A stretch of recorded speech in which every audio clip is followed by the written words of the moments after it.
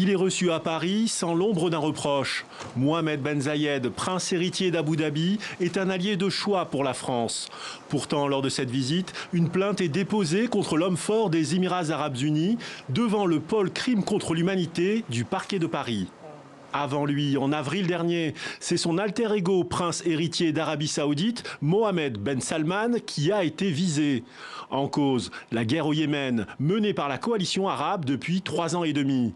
2 plaintes d'ONG portées par un même avocat français. À savoir si Ben Salman obéit aux injonctions de Ben Zayed ou si c'est l'inverse, ça ne change rien en termes de responsabilité pénale et dans les 2 cas, ils doivent être sanctionnés.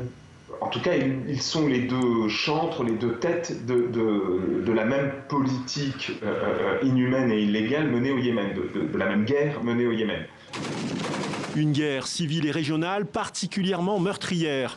10 000 morts et une situation humanitaire catastrophique. 14 millions de personnes au bord de la famine. Les ONG dénoncent les frappes aveugles de la coalition arabe contre des civils, lors de mariages, d'enterrements ou sur des hôpitaux. Des actes qui s'apparentent à des crimes de guerre. La France peut donc s'en saisir malgré la distance.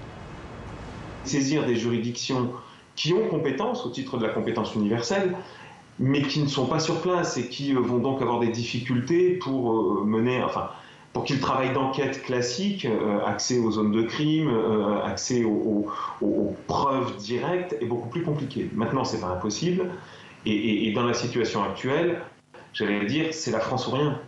Une France juge au Yémen, mais aussi responsable selon des ONG françaises.